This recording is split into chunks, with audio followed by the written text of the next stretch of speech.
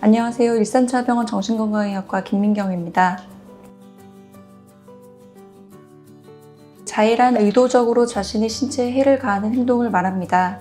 스스로 목숨을 끊어 죽음에 이르려는 목적은 없지만 의도를 가지고 지속적으로 스스로에게 상처를 입히는 행위를 통해서 스스로의 그 심신의 안정을 찾고자 하는 모순적이면서도 아주 위험한 행동 문제로 볼 수 있습니다.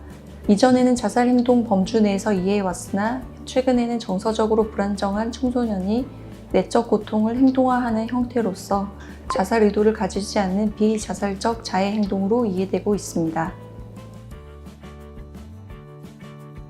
직접적인 원인은 현재까지도 규명되지 않았습니다. 하지만 자해 행동을 하는 가장 흔한 이유는 신체적인 고통을 가함으로써 슬픔이나 죄책감, 고통스러운 회상과 같은 강한 정서적 스트레스를 덜기 위해서라고 알려져 있습니다. 주된 이유로는 어릴 때부터 지속적인 학대와 지나친 통제를 받는 경우, 내 자신의 존재감을 표출하기 위해, 그리고 참을 수 없는 정서적 고통을 잊기 위해, 그리고 자기 스스로를 벌주기 위해, 또 내 고통을 다른 사람에게 알리기 위해, 부모에 대한 불만과 자신의 주장을 관철시키기 위해 등이 있습니다. 이처럼 자해는 기질적 특성과 살아온 환경에 따라 여러 가지 의미를 내포할 수 있습니다. 자해의 경험이 한 번이라도 있거나 신체 표면에 설명되지 않은 출혈이나 상처 등의 흔적을 발견하게 된다면 자해 행동을 의심하고 주의 깊게 살펴볼 필요가 있습니다. 여름에 긴팔 옷을 입거나 아니면 계절에 맞지 않는 옷을 입고 신체가 드러나는 활동을 꺼리는 모습, 그리고 몸에 밴드를 많이 붙이고 다니거나 붕대나 면도날과 같은 적절하지 않은 위험한 용품을 소지하고 있다면 위험 신호로 받아들일 수 있습니다. 자해 경험이 있는 아이의 절반 이상에서 다시 자해를 한다고 하기 때문에 주변에 의심되는 아이가 있다면 지속적으로 관심을 기울여주는 것이 필요합니다. 자해 행동이 최고조에 달하는 연령대는 청소년기입니다. 이 시기에 약 1-20%의 아이들이 자해를 시도했거나 자해 충동을 느낀다고 합니다. 청소년기는 성격이 형성되어가는 시기이기 때문에 스스로의 감정을 적절하게 인식하고 표현하는 것이 어렵고 서툴 수 있습니다. 여러 가지 외부 스트레스 요인으로부터 자극을 받아서 민감하게 반응하고 충동적이고 반복적인 자해 행동으로 이어질 수 있습니다. 신체에 고통이 가해지면 일시적으로 엔돌핀과 아드레날린이 방출되기 때문에 행복감이나 안정감을 느끼면서 스스로 그런 분노가 해소되는 듯한 기분을 느끼게 됩니다.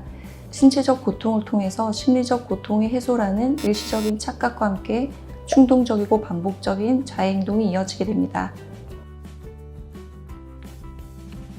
자해를 하는 이유와 상황이 매우 복합적이기 때문에 먼저 정신과적 상담과 심리 검사를 통해서 아이가 가지고 있는 인지와 지각, 사고, 성격, 정서 등 전반적 정신 심리 상태에 대한 정확한 판단과 진단이 중요합니다. 우울, 불안, 공황 증상 등이 동반되었을 때는 증상에 따른 적절한 약물 치료를 진행하게 되고 필요시에는 보호자, 가족 교육 등이 함께 진행됩니다. 치료는 아이들이 부정적인 감정을 인식하고 조절해서 충동적인 행동을 줄이는 데 초점을 맞추게 됩니다. 그리고 각자에게 맞는 스트레스 감소법을 함께 찾기도 합니다. 예를 들어서 아이가 음악을 좋아한다면 불안감이나 자해 충동이 들었을 때 음악을 들어보고, 운동을 좋아하는 아이라면 달리기와 같은 신체적인 활동을 통해서 몸의 긴장과 충동성을 조절해 보기도 합니다. 대부분의 가족들은 외적으로 드러나는 상처와 문제 행동에 우선적으로 집중하게 됩니다.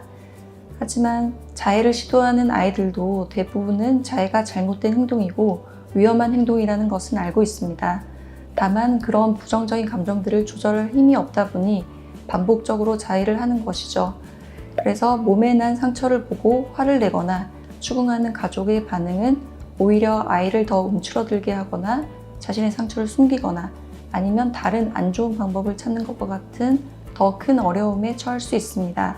자해 행동을 막고 반복되지 않게 하기 위해서는 아이 스스로 보지 못하는 자신의 힘든 마음, 심리적 고통을 함께 알아보고 이해해가고 그 고통의 해소를 위해 도와주려는 자세가 중요합니다.